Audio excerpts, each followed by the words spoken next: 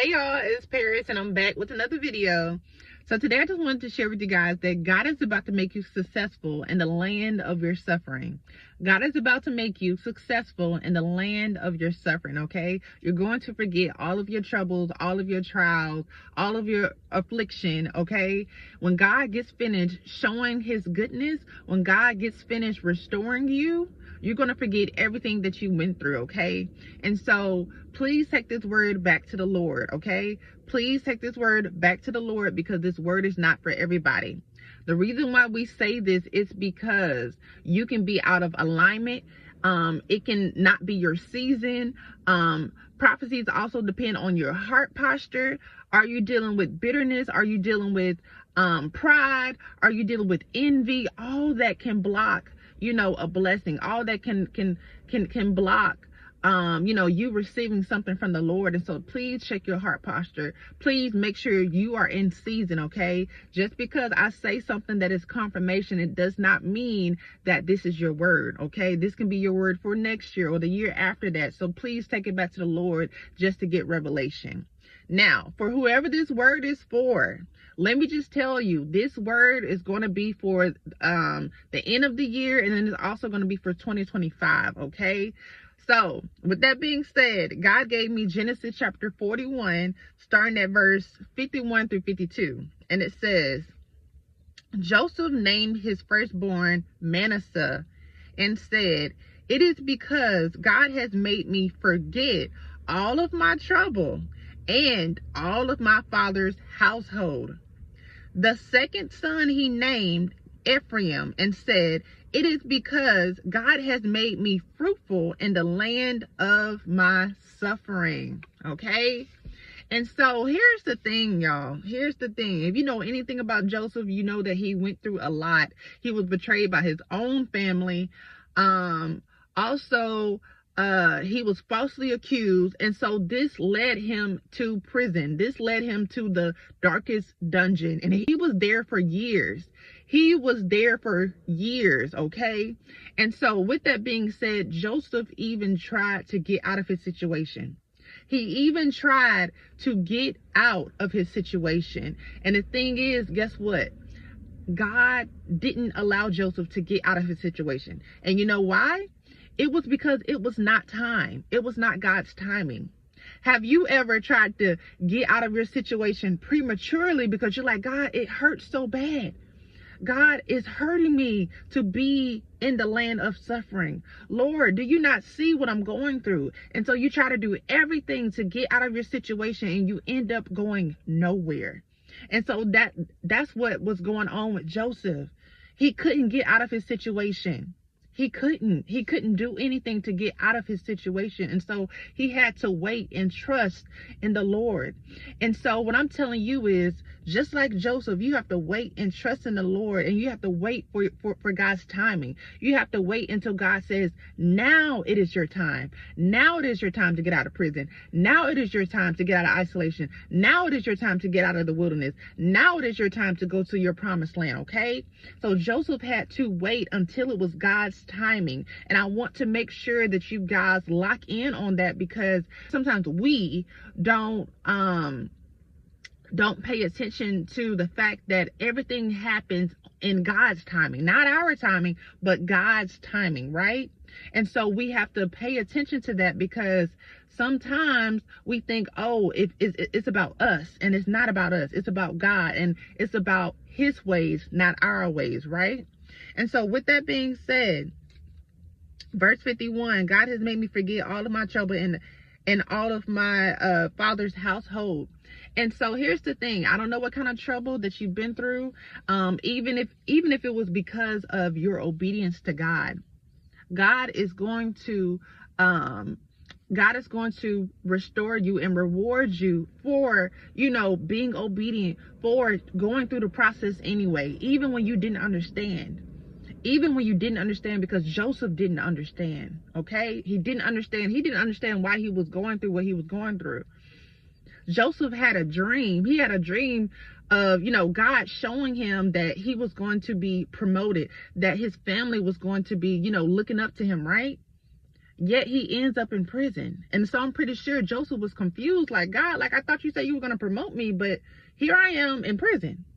And so maybe that's you, to where, you know, God is giving you a promise, but you're looking at your situation like, this don't match. This is not what you told me, Lord. And so what we forget is that God doesn't always tell us what's going to happen in the middle of the process. He'll show us the ending, but he's not going to tell us what's going to happen in the middle. Okay, remember, God doesn't tell us everything, and he doesn't have to tell us everything. God is God. He can do whatever he wants to do. Okay, and so it's gonna hurt sometimes when you're like, Lord, you didn't warn me about this. He doesn't have to, y'all. He really doesn't. But the thing is, he will give us the grace to get through the process. He will give us the grace to get through the hard parts. Okay, he had given Joseph the grace to get through his hard part of being in prison, of being in the dungeon. Okay. And so with that being said, keep in mind that Joseph wasn't just in the dungeon, just, you know, feeling sorry for himself. Now, I'm pretty sure he had his moments, but he was also helping others in prison. And so my question to you is, what are you doing while you're in your prison? Are you helping others? Are you encouraging others? Are you spreading the gospel? Or is it all about you? Is it all about you? Okay, because if you read the scripture about Joseph, you see that he was encouraging others in the dungeon. He was interpreting other people's dreams in the dungeon. It wasn't all about him. Now, did he have every single right to make it all about him? Yes, he did, because he didn't deserve to be in prison. But the fact that he was still focused on helping somebody else. And so what I'm asking you is, can you help somebody else while you're in a prison? Can you help somebody else while you're in the dungeon? Okay. And so anyways, the last part of verse 51, it says, he has made me forget all of my trouble in all of my father's household. And so I want to shed light on the household part. Okay, because maybe you grew up in a household that wasn't the best. Maybe you've been treated pretty bad by your father's household, by your mother's household, by your family, by your guardian, whatever. Okay, and so with that being said, when God restores you, he's going to make you forget how you grew up. He's going to make you forget the troubles that you went through, the trauma that you went through. Okay. And so I'm not saying that you're not going to no longer need therapy or nothing like that. No, if you need therapy, go get therapy.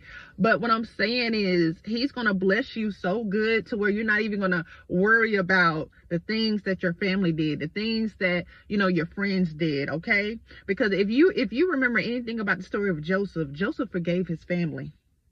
Joseph forgave his family. And so some of you guys are missing out on your blessings because you won't forgive. You won't forgive. And I know you're going to be like, well, you don't know what they did to me. I get it. You still have to forgive. You still have to forgive. Especially if you're trying to be a Christian, you must forgive. You even got to forgive your enemies. God is not saying you got to be in their face 24/7. He's not saying that, you know, you got to go back and be in their presence. But he did say to forgive. Forgive. He didn't say forget, but forgive. Right? And so, verse 52, the second son he named was Ephraim, and he said, it is because God has made me fruitful in the land of my suffering. Okay. And so here's the thing. When God said it was Joseph's time to get out of the dungeon, not only was Joseph promoted to second in command, okay, because he was governor of Egypt. Not only was he promoted to second in command, these are the benefits, or these are the privileges that he had. Okay, so Joseph had an entire team of servants that were dedicated to help him, right? He was given a signet ring. This ring was meant for him to sign in the Pharaoh's name, okay? Not only that, he was given beautiful linen garments and gold jewelry. He was also given a wife. He was also given a wife, okay? And so for some of you guys, When you are restored, you're going to be fully restored, okay? Fully restored. Maybe, you were homeless, and so you're going to be blessed with the home, blessed with more clothes, blessed with, sometimes luxurious things, okay? It's not all about material things, but God will bless you beyond what you can even ask for. Okay, he didn't ask for a signet ring. He didn't ask for gold jewelry. He didn't ask for beautiful linen, but he got it. He got it, right? And so he was also blessed with a wife. And so some of you guys, the thing is, some of you guys have been through this type of suffering, whatever your situation is. Some of you guys have been through this type of suffering before. Maybe this is your second time going through what you're going through. Maybe this is your third time. But whenever God restores you the next time, some of you guys will be walking into marriage because of, you going through the same thing so much. Okay? Because it's just like next level things. Okay? And so some of you guys will be walking into marriage. All right? And so, it was a sudden change of circumstances for Joseph. A sudden change. He literally, in one day, in a single moment, he went from rags to riches. He went from the pit to the palace. Okay? And it is very possible. It is very possible. It is very possible. I've seen God do this in my life before. I've seen God do this in my life before, to where God has told me to quit my job, and then, I'm basically unemployed for a few months. And then, basically God ends up just restoring me within like 6 months.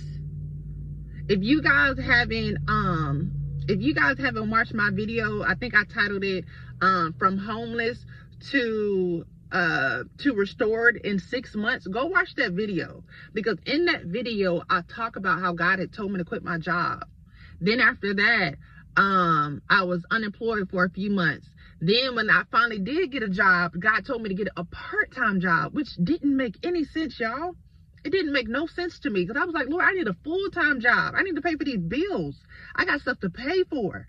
But he was like, no, I need you to trust me. So I got the part-time job that he told me to get. And I had to trust the Lord. Was I living paycheck to paycheck? Yes, I was. But I still had to trust the Lord, right? And so then God slowly tested me to see, was I going to be faithful with this part-time job? Was I going to steward this part-time job? And I did. I did my best. Was I perfect? No, but I did my best at that part-time job. I ended up getting promoted in 3 months. I got promoted in 3 months, y'all. Once I got promoted, then I was able to start looking for apartments, because keep in mind, I was living with my former life coach at the time. Then I moved and started living in Airbnbs. And so I wanted my own place. I don't like living with people. I don't like depending on other people, right? And so when I finally got promoted, I was able to start saving. Then I was able to start looking for apartments. And so God literally restored me. Y'all, go back and watch that video. But he literally restored me within 6 months. He promoted me, got in a nice apartment, like just everything. I forgot about all the suffering that I had went through. I literally did. And so sometimes God will put you in a position of a reset. Sometimes he will put you in a new beginning, and you're not understanding, like, Lord, why are you putting me through this again? Why are you allowing me to suffer this bad? Why do I got to start all the way over? And it's because God wants to test you. He is constantly refining us. So the thing is, will you trust him no matter how many times he puts you in that situation? Because guess what? If he put you in that situation before and you got out of it before, you will get out of it again. Remember that. If you got out of it before, you will get out of it again. Stop forgetting what God has done. Stop forgetting who God is. We gotta put respect on God's name, y'all. Because we just all of a sudden just get amnesia sometimes. You know, like, how can we forget the things that God has done? When I sit back and I think about the things that he's got me out of, the impossible things, I'm like, okay, Lord, why am I tripping? Why am I tripping? If you got me out of this impossible situation, you can get me out of this one. It don't matter how long you've been in your situation. God can get you out. God can do anything. He can do it before the end of this year ends. And I don't care that we only got a few more days. He can still do it. God can do anything. God can do it in the beginning of next year. The beginning of 2025. He can do anything. Stop putting limits on God. Stop complaining. Stop saying, well, I done been through, this for so many years. Some of you guys are holding your own selves back because you keep complaining. And maybe you have, the right to complain, but it's just like, it's not even just complaining. You're bitter. You've allowed your situation to make you bitter. Where's your joy? Where is your joy at? You know what I'm saying? And so if you allowed your situation to make you a bitter person, you need to repent. Change that heart posture so that you can receive, okay? Because some of you guys are blocking your own blessings because of your heart posture, right? You're dealing with pride. You're dealing with bitterness. So ask God to help you with that. Ask God to deliver you from that, okay? Because I want everybody to, reach their promised land or to, receive whatever that the Lord has for them. Okay? Because some things, yes, are delayed, but then some things are delayed because of us. Some things are delayed because of us, because of our heart posture. And we don't want to admit it. But I'm the type of person, I'm going to tell you the truth. Because I want people to tell me the truth, right? And so anyways, with that being said, God is making you successful in the land of your suffering, okay? You're going to forget all of your trials, your tribulations, your affliction, your suffering. You're going to forget it by the time that God restores you. Again, go back and read the story of Joseph. I'm pretty sure after he was restored everything, after he was even given a wife, he didn't even have a wife before. He didn't even have this beautiful linen. He didn't even have this signet ring. But he was blessed with things that he didn't even ask for. Blessed with the position he didn't even ask for. He didn't ask to be governor. He didn't ask to be second in command, but he got it.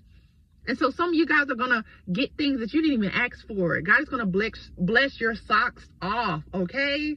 So anyways, I hope that this has encouraged you guys. If you guys would like to book a coaching session, please go to my website at parismaze.com. It's going to forward you to the Faithia app. All you have to do is download it and just go to my profile, all right? So I will see you guys in my next video. If you guys would like to also sow into my ministry, I will put everything in the description box or in the comments, all right? Talk to you guys later. Bye, y'all.